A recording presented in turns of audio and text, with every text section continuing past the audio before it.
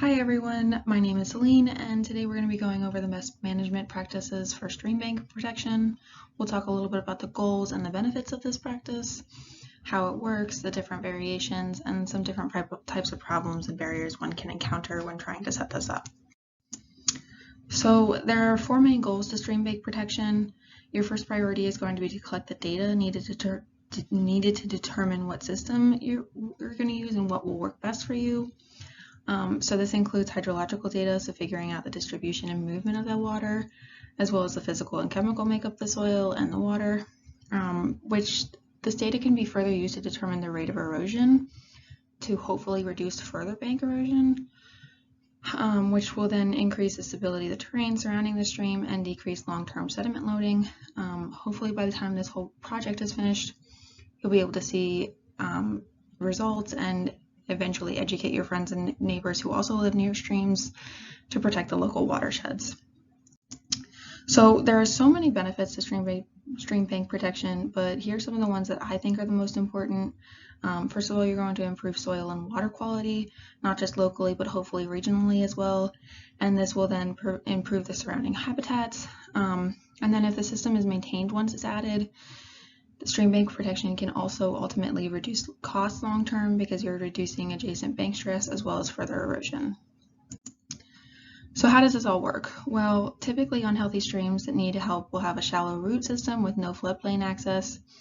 And you might even see a lot of livestock in the area, which increases soil and water contamination, and that can cause accelerated stream bank erosion as well.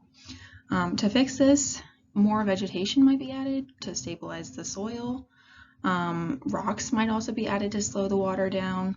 Adjusting the side slopes will reduce bank instability, and then adjacent floodplains reduce adjacent bank stress. Even something like adding fencing to prevent livestock from accessing the streams will improve water quality and reduce soil erosion. So what are some of the measures that can be used to stabilize a stream bank? A lot of the times near streams you'll find fallen trees, stumps, debris, and sandbars, which can cause problems for the stream bank. So just removing these obstructions can help. If a bank is sloped or at an angle, that's usually an indication of erosion. So installing structural or vegetative protective measures can help restore that bank to a stable slope. Heavy stones underlaid with a filter fabric known as a riprap can provide armor for the slope. For curved banks or those subject to high velocity currents, jetties can be installed. These are in-stream deflectors, so things like posts, logs, or rocks, and they just function to protect the banks. And then depending on the level of erosion, you can use existing native plant material to stabilize exposed soils. And finally, especially in places with intense agriculture, installing a fencing system will prevent livestock from having unlimited access to the stream, improving water quality. And there are so many other ways that you can protect and maintain stream banks. These are just a few examples. And lastly, I just wanted to go over some things that you have to consider when taking on a project like this.